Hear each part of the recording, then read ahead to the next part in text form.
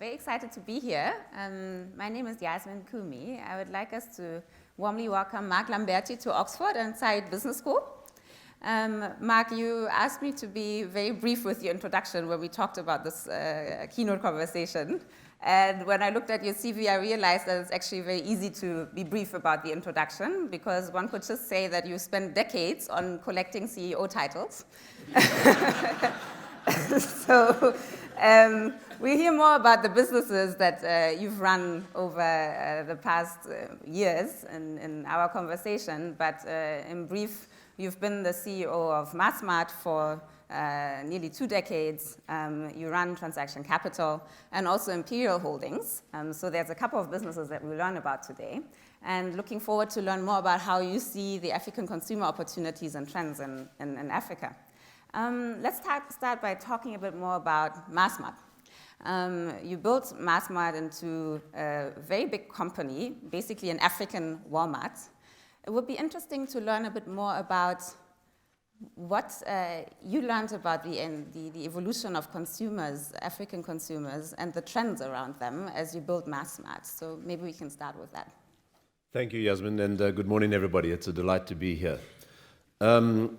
I'm sure that all of you are conscious of the fact that it's impossible to evaluate a leader or to evaluate a business without understanding context. So often we see the hero to zero situation where somebody is enormously successful in one context, but not so successful in another. And I think that is largely attributable to the fact that people say, well, what worked for me there is going to work here. And that's not always the case. So I spend a lot of time thinking about context. The context of with which I got involved with Massmart was all about apartheid South Africa. And the way it came about was that the owners of a business called Macro, which I think I know they had outlets in the UK as well. The owners was a 7th generation family business, or a family called the Van Vlissingens. And they had to leave South Africa because anti-apartheid activists started to burn down their stores in Holland. And after they burned down the 3rd store, the commercial union, who was their international insurer, said, you've got to get out of South Africa, and they left under some duress. And a business called Wooltrue ended up owning what was, at that stage, 6 loss-making Macro stores. For those of you who don't know, Macro stores are something like Costco. They are very big, normally something like 200,000 square feet, 20,000 square meter stores. And these stores, at the time I got involved, were losing money. They were interesting, and this is pertinent from the consumer's point of view, in that what they sold was general merchandise, things like sports goods, appliances, home electronics, and so on. And that was on a kind of a retail basis, and they sold food wholesale into the traders and the townships of South Africa. And so there was this very interesting complementary business mix where you got the margin from the general merchandise and the cash flows from the food. And so that's what we started with, these 6 loss-making stores way back in 1988, long before most of you were born. And the question was, what do we do with it? I was fortunate to have completed my research report for my MBA on the issue of store location and the theory of store location. And I quickly worked out that in order for that business to become big enough to compete on a high volume, low margin basis, which is what the essence of that kind of retailing is all about. I'm sure you all know the kind of virtuous cycle situation. In order for it to be big enough, how many Macros could we open? And the calculations that I did way back in 1998 was that we couldn't open more than 19 in South Africa, and that wouldn't have enabled us to compete against the bigger businesses against which it had to compete. And so the strategy was to say, okay, we're going to go in now and acquire businesses that are also high volume, low margin, looking specifically at how do we address this duality of the South African economy. Using the margin that comes from, let's call it middle to upper income, mainly white consumers, to be able to sell food cheaper to lower income, mainly urban, township-based black consumers. And that was the story. So all along the way, there was an appreciation of this duality.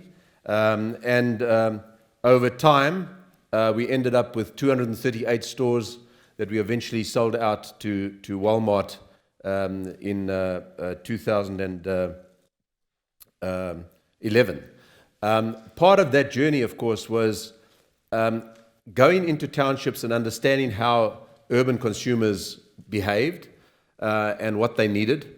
And of course, there was only one dire need, and that was for basic foods at the lowest prices, escalating up into kind of more durable things over time, but we focused just on the bottom end of it. What we benefited from was the emergence of the democratic dividend. We got, as after Mandela was released and the country got its democracy, you saw the emergence of people. You also started to see the movement of people geographically, so they weren't just staying in townships anymore, but starting to move into the urban areas. We started to expand outside of South Africa with these different formats. The first one was into Zambia. Those of you from Zambia will know our game store in Lusaka, and beyond that. So by the time we got to the 238 stores, we were in 13 or 14 countries, to be precise. And along the way, we listed the business on the 4th of July 2000. That was our Independence Day. So we listed the business at 12 Rand 40 a share. We eventually sold it to Walmart, as I said, in 2011 at 148 Rand a share. The business had a record of very close to 40% per annum compounded growth of EBITDA for 19 years. So a fairly extraordinary development, but the context being this emergence of, and in a financial sense, the liberation of black South Africa, and off the back of that, we built the business into the regions. So that was kind of in essence, the Massmart story. So you actually managed to capture a completely new, very big consumer segment for the company in order to make it successful. And there was some contextual things that happened that also unlocked more growth for you.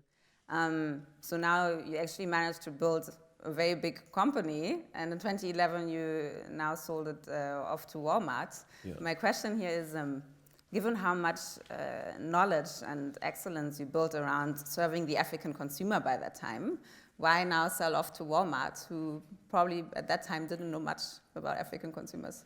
Perhaps one of the nuances that I should have emphasized is that we were selling the food side to resellers. So we were selling the food into township traders. We were not good food retailers, although we were quite good general merchandise retailers. Hard to imagine that this happened under one roof, but that was what we thought we could learn from Walmart, because those of you who know Walmart, the evolution of Walmart was that it started out as a general merchandise business and then became the biggest food retailer in the world. So first of all, we thought that would happen. Secondly, of course, it was clearly a realization of value for shareholders. But a very, very important part of that was that for those of you who've heard of the concept of black economic empowerment in South Africa, where companies were encouraged to give shareholding to black individuals, I felt that there was nobody more worthy to be owners of the shares of our company than our employees. And what we did was a little unusual. We gave 10% of the company to 16,000 employees at that time. And we never allocated the shares on the basis of seniority. We allocated the shares on the basis of tenure. So it was quite possible that a shelf packer who'd been with the business for 10 years got a much bigger share allocation than his manager or her manager. And that found tremendous favor with people. They thought that that was the best way to go. And there were subsequent South African companies that gave shares to their staff. But at that particular time, people were trying to find the name, the connected person to a politician, and gave them shares, which I always thought was the wrong way to go. And so when the Walmart deal came up, the fact that we could have shelf packers, cashing in their shares at 200 or 300,000 rand. That was a massive, massive drive for us to do the transaction. We also thought that their buying power globally would enable us to follow that high volume, low price principle and move even further into Africa. There's a kind of a twist to that story that I can go into that slowed that down a bit if you want me to, but those were the major drivers. Well, now I'm curious what the twist is. Well, the twist was that Walmart itself had got into trouble. Walmart had got into trouble in Brazil, in Mexico, in China, and in India for infringements of the Foreign Corrupt Practices Act. And because of that, as we sit here today, the Department of Justice has still not ruled on that. But they are delving into it. And starting way back then, I'm talking about 10 years ago, 2011, 7 years ago. Starting from then, Walmart started to put in place extraordinary risk management structures and compliance structures so that when eventually the Department of Justice comes along and says, here's your fine, they're going to say yes, but the mitigating factor is look at how much we've done since then. And that they imposed on Massmart, which was a very entrepreneurial, decentralized business with a very good value proposition. The people were kind of fanatical about customers and things like that. But suddenly they had this wave of bureaucracy imposed on the business, which is a lesson in itself.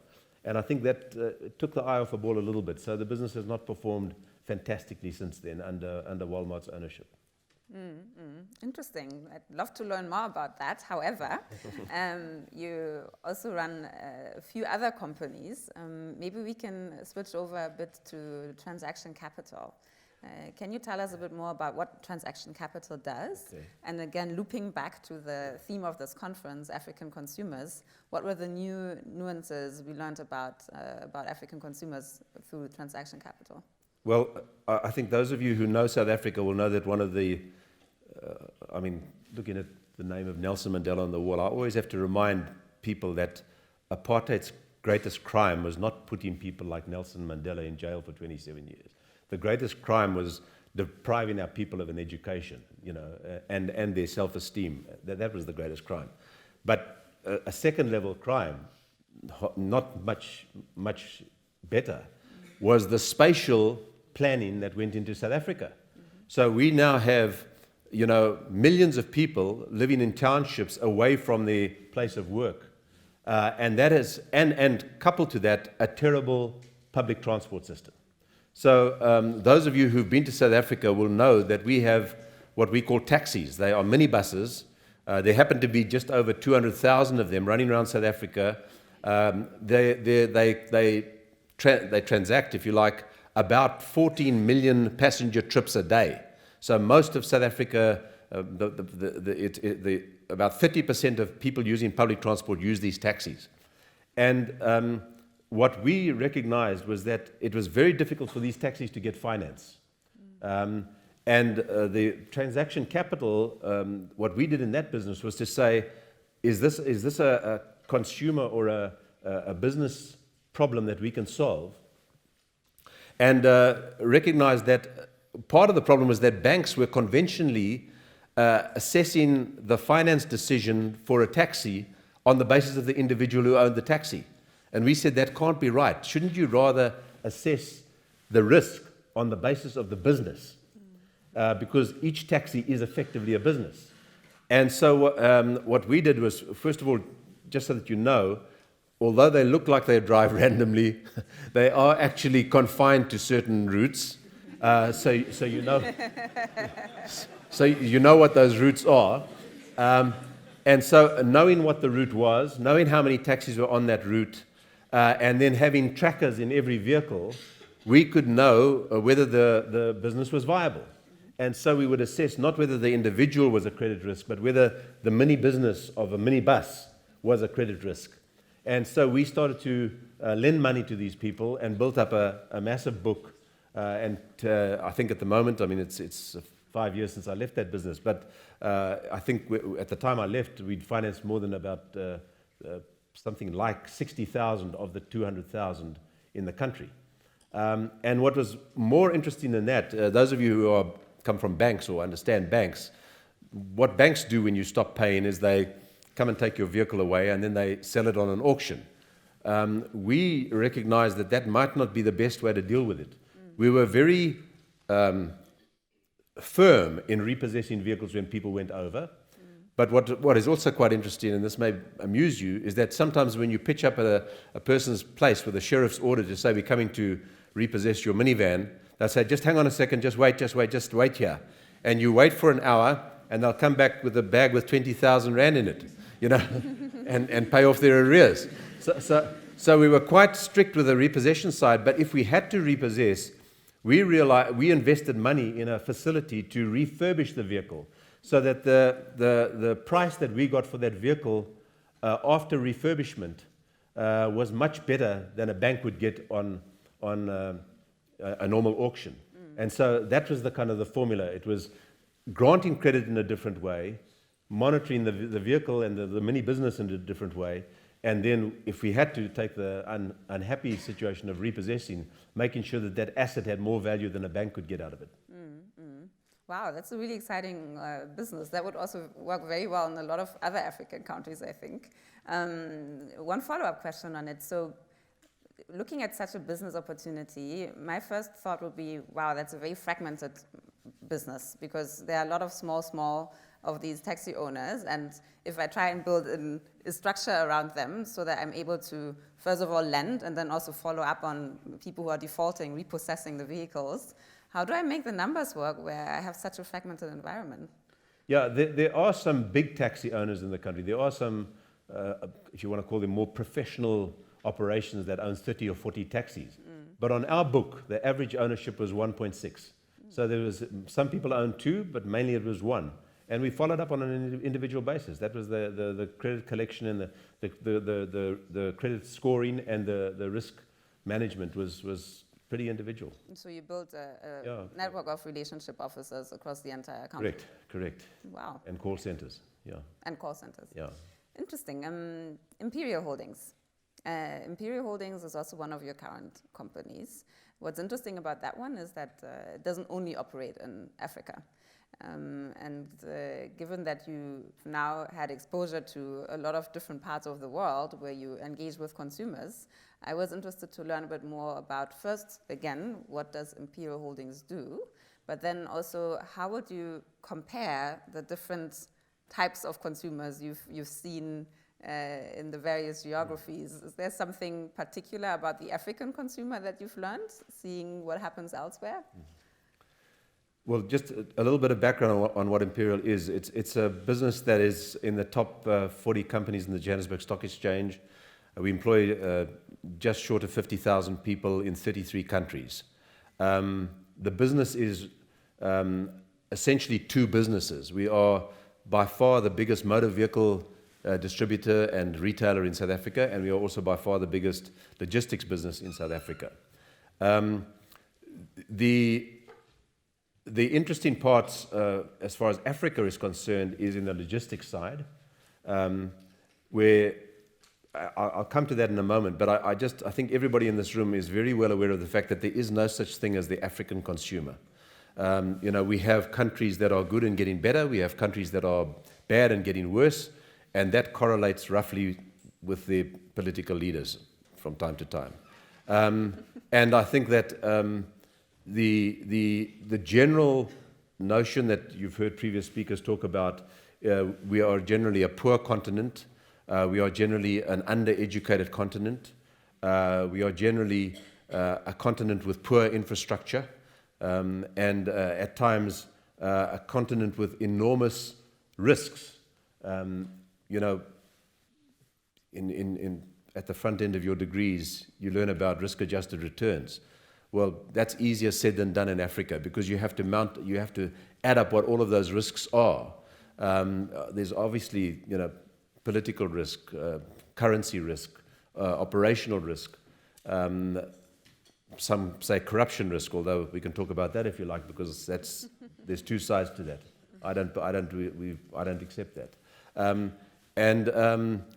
When you work out your WACC, however you work out your weighted average cost of capital. You've got to add a margin to that is bigger than in any other place to give you a proper risk-adjusted return. The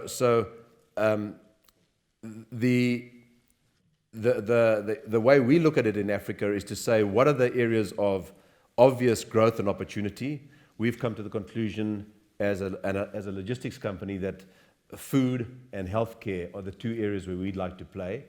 And we also decided, again, looking at from a return on capital, it's not a clever thing to have a $100 million truck, or should I say a $10 million truck, sitting at a border for 2 days waiting to get through. That's not a smart use of capital. So rather than just be seen as someone that carts stuff around Africa, we decided to go into Africa as a distributor.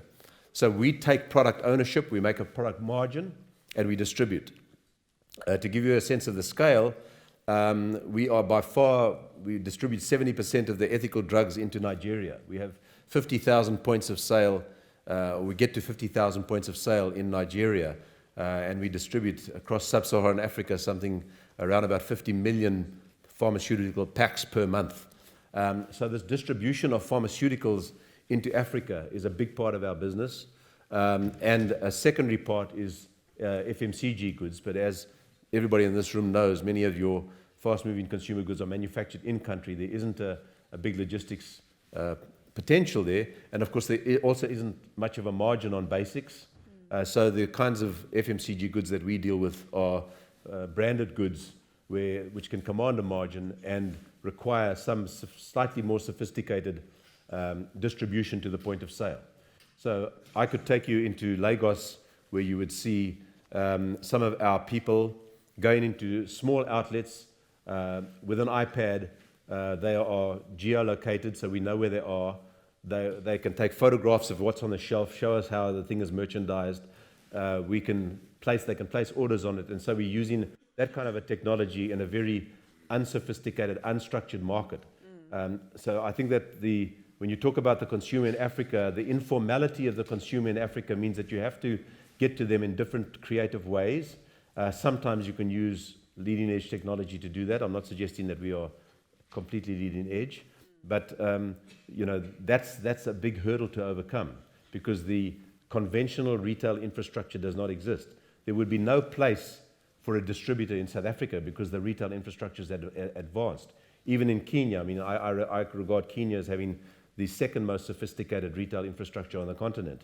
And in places like that, the role of a distributor falls away. But in less sophisticated markets, it can work, and we've built a big business doing that. Yeah, thank you. Very, very exciting. I think I'll come to my final question before I allow other people to ask you questions.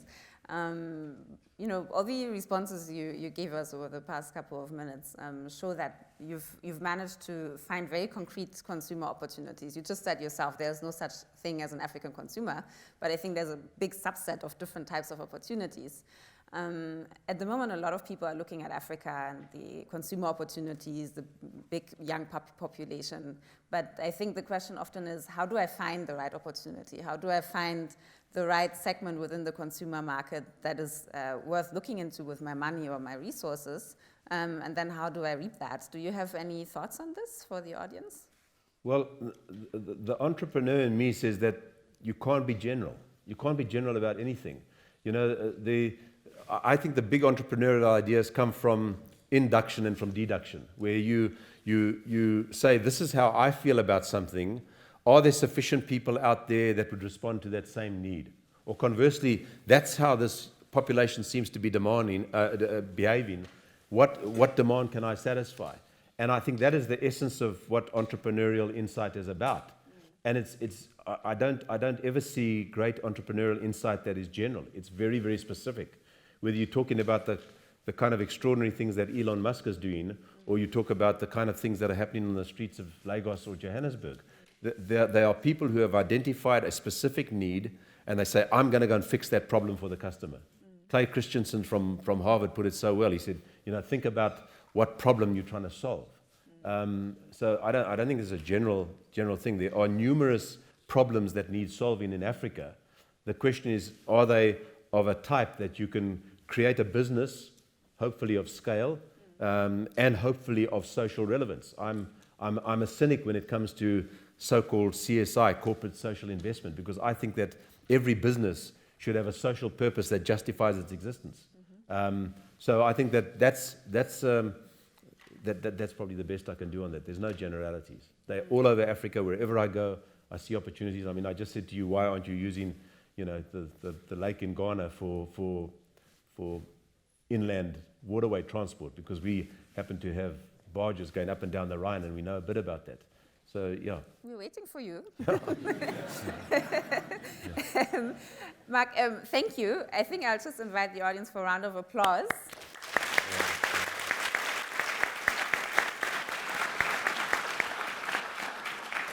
So I'll see you in Ghana soon, I guess, so I can ask more questions then. But the audience, looking for questions from the audience. We have 12, 15 minutes, I think. Over here. Where's this cube with the microphone? Coming. I love this. Yeah, me too. Can I throw it just now? But I don't want to catch it.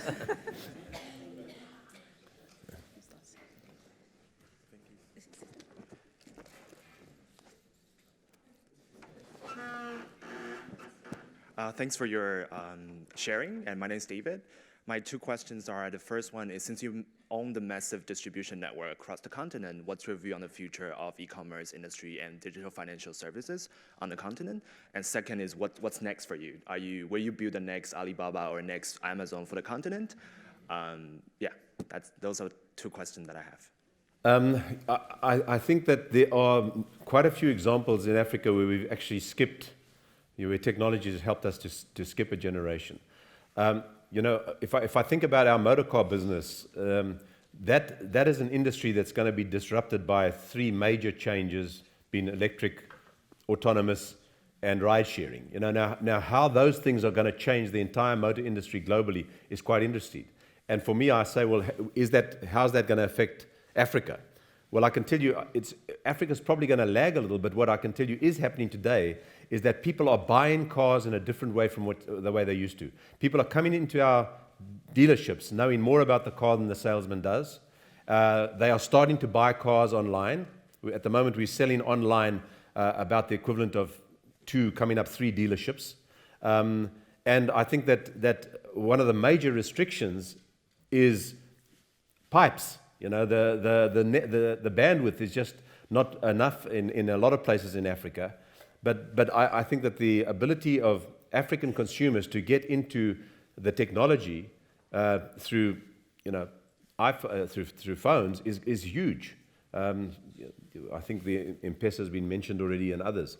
So I think that that is a huge opportunity, and just finding the niche, understanding how you can penetrate it is what's going to be the answer.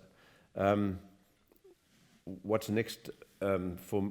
When you said for me, for the business, for Imperial, just to be clear, I said it was 2 businesses. When I got involved 4 years ago, it was I would have described it as a conglomerate. In the 4 years, I've now sold just under 50 businesses. I've bought 15 businesses. I've sold almost 60 properties. And as we cleared out the stuff that was either off strategy or one of the big measures in my life is ROE, not return on equity, but return on effort. Sometimes we waste a whole lot of effort on things that aren't worth it. Once we cleared out all of that stuff, it became clear that these were 2 very separate businesses with hardly any operational synergies between them. And lately, I've even eliminated the financial synergies. And so now my intention is to unbundle the one and create 2 public companies. And then there won't be a job for me. My job's done. So where they go, it will be up to their new leaders. But they will both be comparable in the top 25 logistics and motor vehicle businesses in the world. Next question. Not a 10 cent, just. Hi, a lot of questions. What do you have to press? Where's the cube? Can you hear? Perfect. Hi, my name is Ndiwo. I have a question on on Imperial first is to say, with the volatility of the rand in the past few years, especially hitting the logistics and transport industries, how did you manage to expand and grow? And I mean, companies like World were literally very much hit by the volatility of the rand. So I'm just interested to know what strategies you had in place to expand, and given those circumstances. And I also would like to find out what do you think could be some sort of defense strategies for small companies within South Africa, SMMEs. How do they defend themselves from multinational companies that are coming into the country? And we're talking about industrialization, and we're talking about how we need to have our own manufacturing companies, but the truth of the matter is small companies aren't able to defend themselves from multinational companies currently. And there's a huge threat on the new entrant in the market, even if for most entries, for most new entrants, there's huge threat. A lot of barriers, could be regulations, could be lack of information. Yep. And the industry in South Africa, private industry, is still predominantly white after apartheid. And how do we bridge the gap? Okay. The first question is right on the button, because those of you who know, the currencies never moved 5 or 10%, the currencies moved 20, 30%. So there's two parts to that. In our logistics business in South Africa, in Africa, that's just accounting, because in a way, you'll mark to market, you'll take forward cover where you can, when those accounts are struck, you'll have one line that reflects a forex number. It's not that easy with the motor vehicles, because there we are buying vehicles 3 months ahead.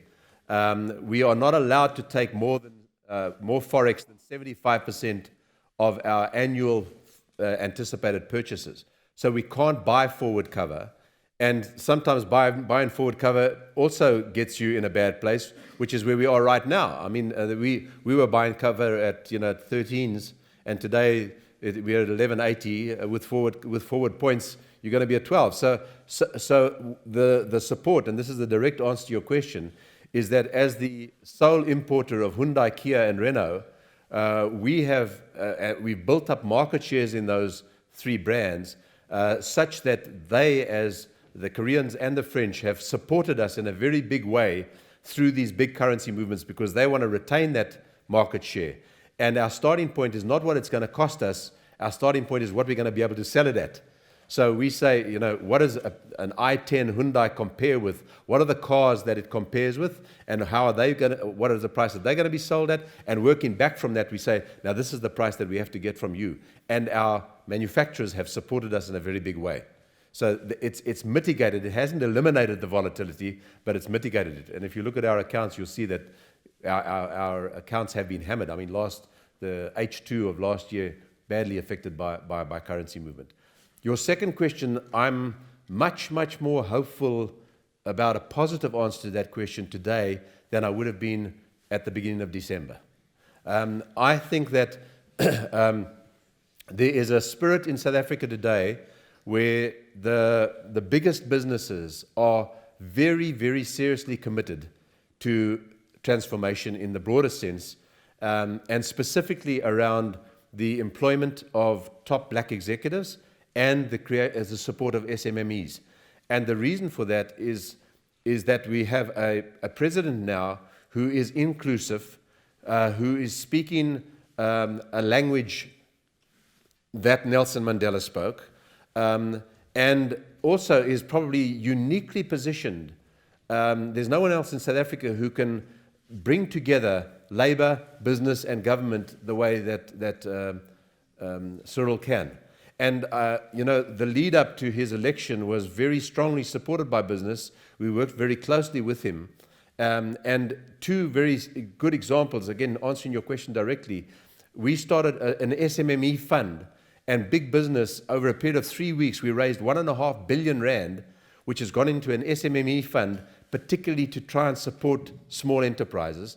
But more than that, I think that big businesses are recognizing that unless we support smaller businesses, we don't have a country. So the building of an SMME, a cadre of good growing businesses, which are the big employers, we all know that. The small businesses are the employers. That'll happen. So I can't promise anything, but I'm more hopeful today than I have been in the last 15 years that we can crack that problem.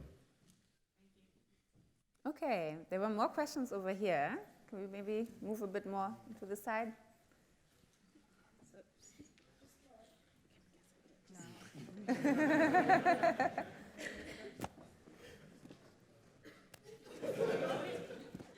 Sorry, thank you. Thank you so much.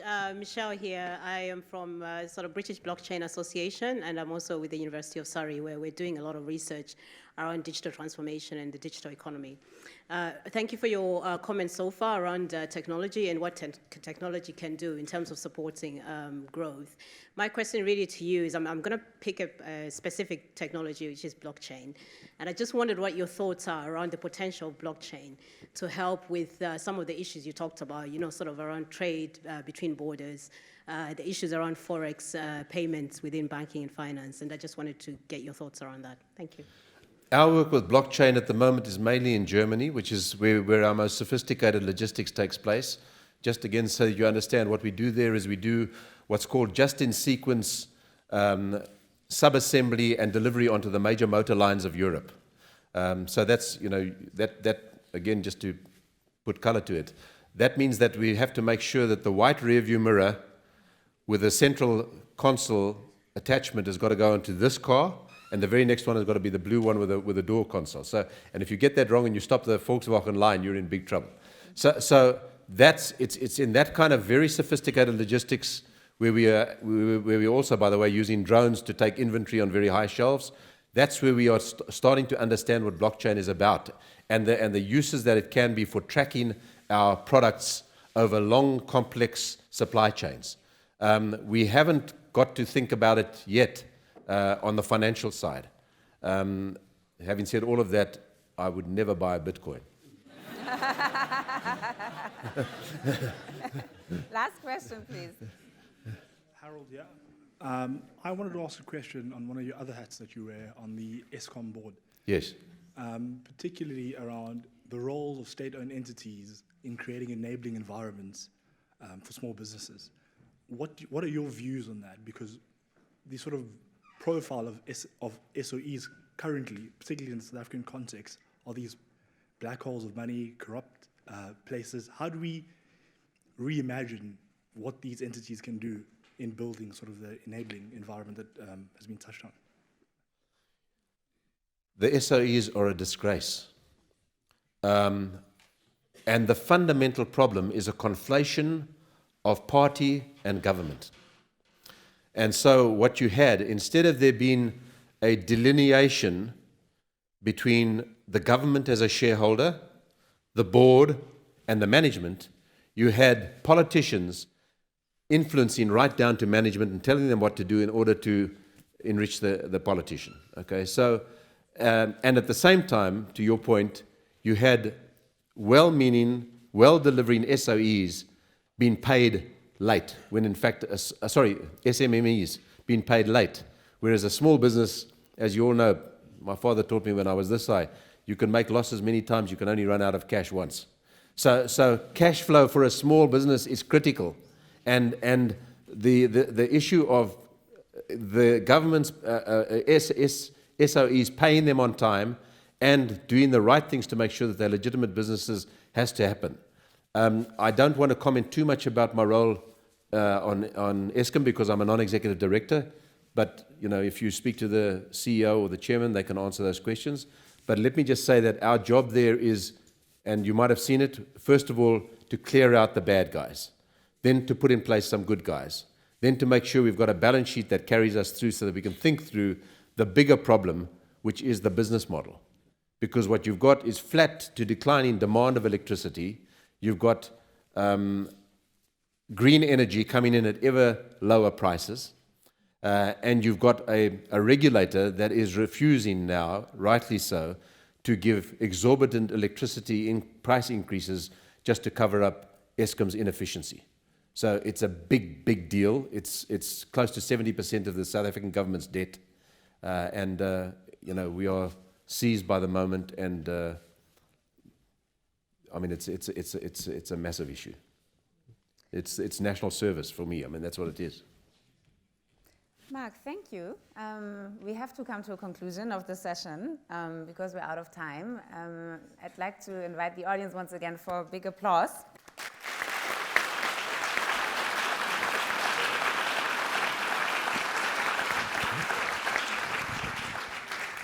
And we hope this is not the last time that you've come to Oxford to share all these insights with us. And if you end up writing a book, then please let us know as well.